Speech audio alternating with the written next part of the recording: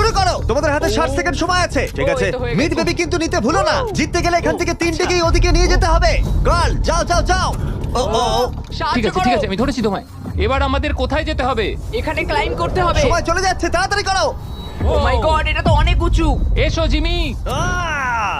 আমরা প্রায় এসে গেছি। আমি সেকেন্ড বেবিটাও পেয়ে গেছি। আমি এবার লাফ মারছি।